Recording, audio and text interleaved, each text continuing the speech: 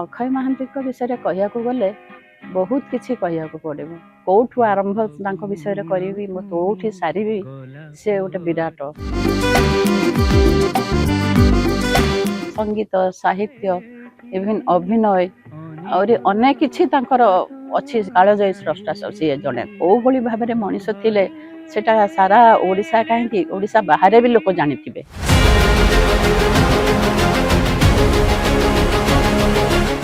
ସେ ଜଣେ ଦାମ୍ଭିକ ପୁରୁଷ ଥିଲେ। ଆଜି ବି ତାଙ୍କ ଗୀତ ଏତେ ସୁପରହିଟ୍ କରିଛି, ଏବେ ବି ତାଙ୍କ ଗୀତ ଲୋକଙ୍କୁ ଭଲ ପାଉଛନ୍ତି।